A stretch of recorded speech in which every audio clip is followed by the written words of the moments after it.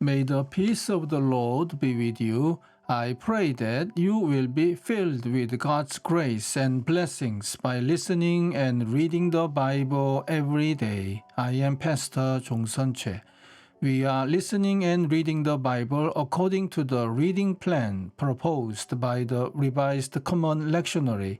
This year's reading plan is by year C. Today is June the 17th, Friday after Trinity Sunday.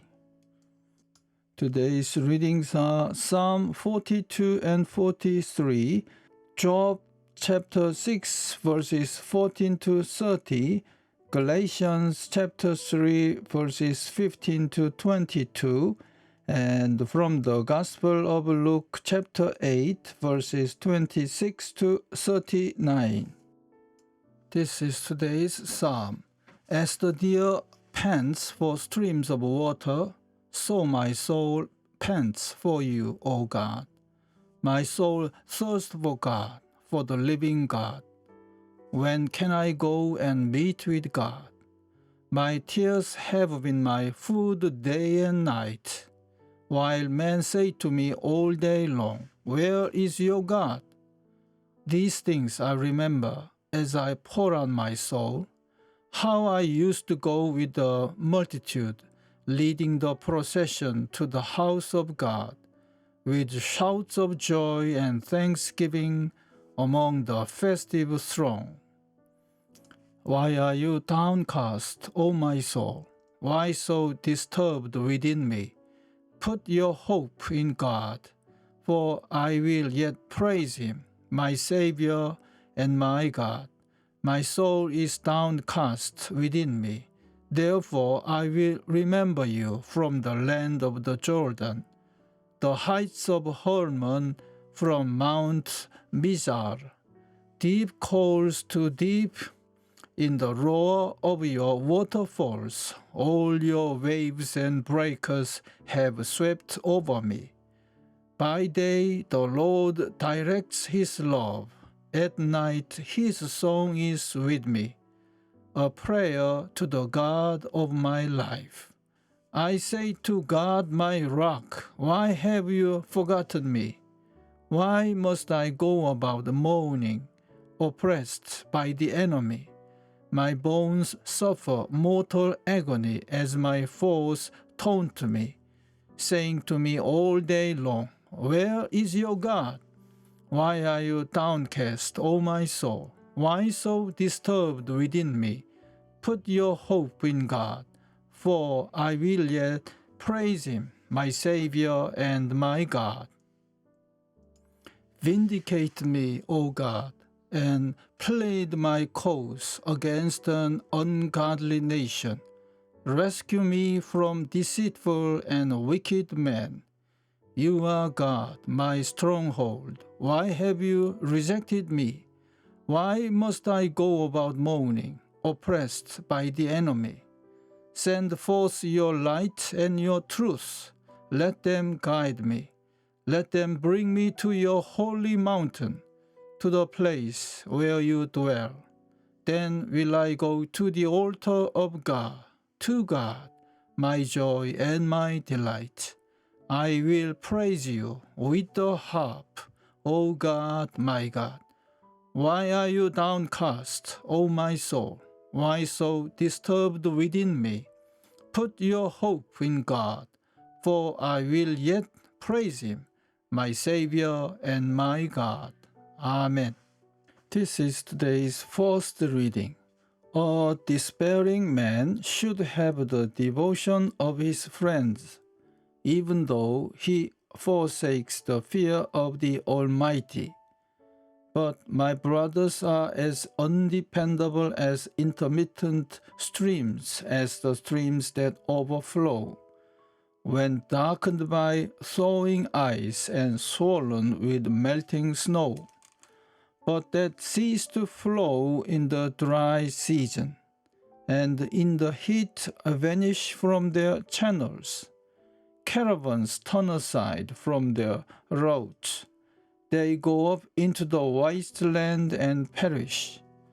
The caravans of Tema look for water. The traveling merchants of Sheba look in hope. They are distressed because they had been confident. They arrived there only to be disappointed.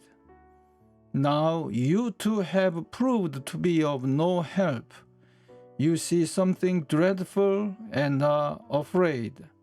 Have I ever said, "Give something on my behalf, pay a ransom for me from your wealth, deliver me from the hand of the enemy, ransom me from the clutches of the ruthless"?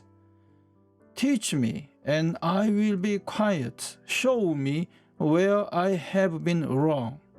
How painful are honest words, but what do your arguments prove? Do you mean to correct what I say and treat the words of a despairing man as wind? You would even cast lots for the fatherless and batter away your friend. But now be so kind as to look at me. Would I lie to your face? Relent, do not be unjust. Reconsider, for my integrity is at stake. Is there any wickedness on my lips? Can my mouth not discern malice? Amen. This is today's second reading. Brothers, let me take an example from everyday life. Just as no one can set aside or add to a human covenant that has been duly established, so it is in this case. The promises were spoken to Abraham and to his seed. The scripture does not say "and to seeds," meaning many people, but "and to your seed," meaning one person, who is Christ. What I mean is this: the law, introduced 430 years later, does not set aside the covenant previously established by God and thus do away with the promise.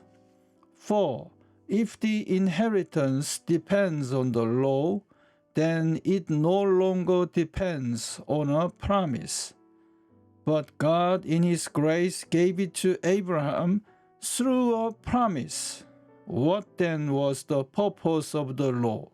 It was added because of transgressions until the seed to whom the promise referred had come.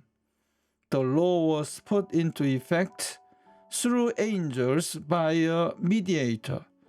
A mediator, however, does not represent just one party, but God is one.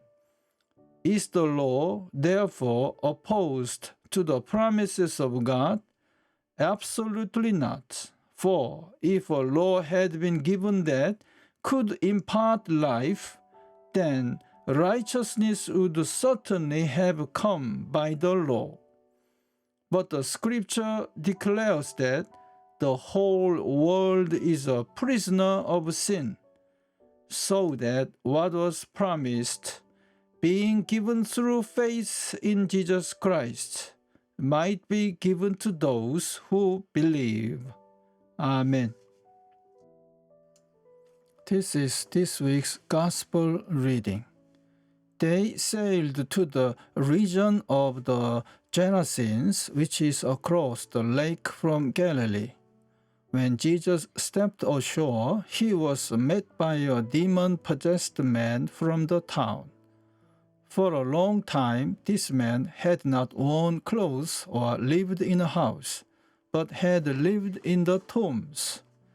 When he saw Jesus, he cried out and fell at his feet, shouting at the top of his voice, "What do you want with me, Jesus, Son of the Most High God? I beg you, don't torture me." For Jesus had commanded the evil spirit to come out of the man. Many times it had seized him, and though he was chained hand and foot and kept under guard, he had broken his chains and had been driven by the demon into solitary places. Jesus asked him, "What is your name?" Legion. He replied, "Because many demons had gone into him." And they begged him repeatedly not to order them to go into the abyss. A large herd of pigs were feeding there on the hillside. The demons begged Jesus to let them go into them, and he gave them permission. When the demons came out of the man, they went into the pigs, and the herd rushed down the steep bank into the lake and was drowned. When those tending the pigs saw what had happened, they ran off and reported this in the town and countryside.